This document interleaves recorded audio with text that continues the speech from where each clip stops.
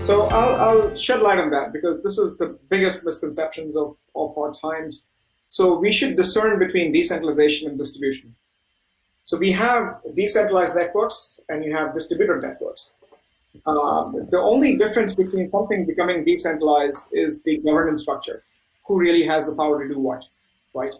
And how they enforce the rules that the network has set forth, whether these are artificial rules or the rules that come from the underlying economic systems, right?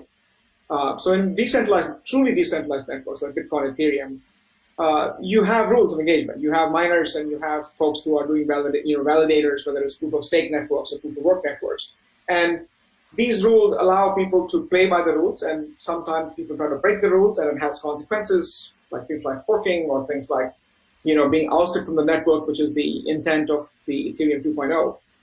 But then you also have many of the ERC20 based networks who are not exactly decentralized. They are quasi or they are distributed networks because many of the governance of the rules are confined to the sort of the sub network that they're creating on top of Ether.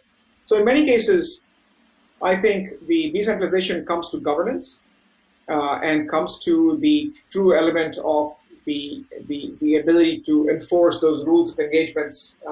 And this is where you begin to see the clash with the regulatory bodies in some cases of financial institutions. And so we do want to differentiate between decentralization and distribution.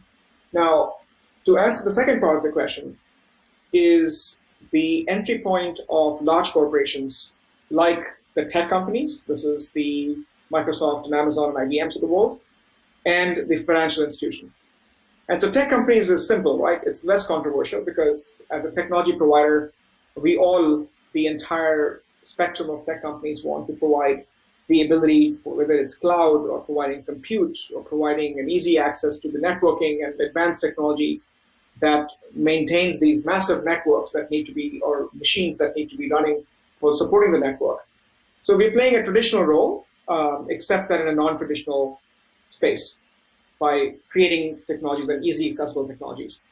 Things become more interesting when you look at established financial institution players or non-banking financial institution players or non-healthcare institution or healthcare information institutions where they want to participate to not only grow their business, but they also want to participate because the evolution that's happened in decentralized worlds is a potential threat to the business. So that's the dichotomy they have to deal with. And we are questioning, will a bank or financial institution entering the DeFi space, will that muddy the water? Or will that enrich the space because of the experience and the legacy and the regulatory apparatus that many of these financial institutions have?